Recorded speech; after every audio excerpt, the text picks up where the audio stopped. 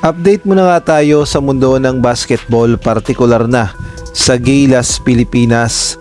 Mayroon nga tayong mga Gilas prospect na talaga namang napakalalaki at mga bata pa. At projected nga na 7-footer pa sa hinaharap, at itong si Kai Sotto tuloy-tuloy ang pagpapalakas at recovery. Ang tanong, maibalik niya pa kaya ang kanyang laro? Ngunit bago yan, pakipindot naman ang like, subscribe at ang notification bell para updated ka sa lahat ng aking ina-upload.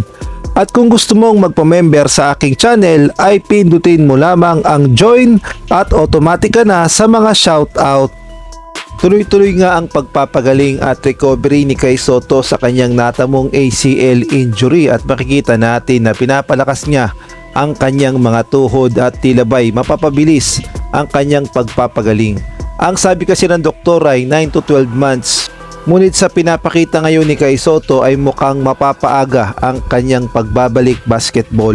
Ngunit ang tanong ng marami, maibalik pa kaya ni Kai Sotto ang kanyang confidence sa paglalaro ng basketball? Dahil alam naman nating lahat yung mga players na nanggaling sa ACL injury kadalasan ay nawawalan na ng kumpiyansa o kaya naman ay nag-iingat na talaga sa kanilang mga galaw. Kaya naman yan talaga ang malaking palaisipan at tanong kung ano na ang magiging galawan ni Kai Sotto matapos ang kanyang ACL injury.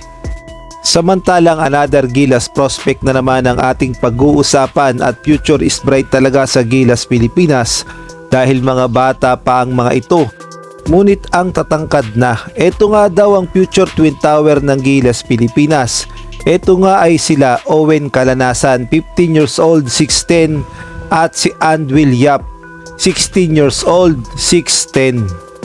At posible pa ngang tumangkad ang dalawa na ito, at projected height sa hinaharap ay 7-footer. Sa ngayon nga ay nag-iensayo at nakikipag-tryout ang dalawa na ito upang makapasok sa Batang Gilas, Pilipinas under Coach L.A. Tenorio at Coach Gabe Norwood.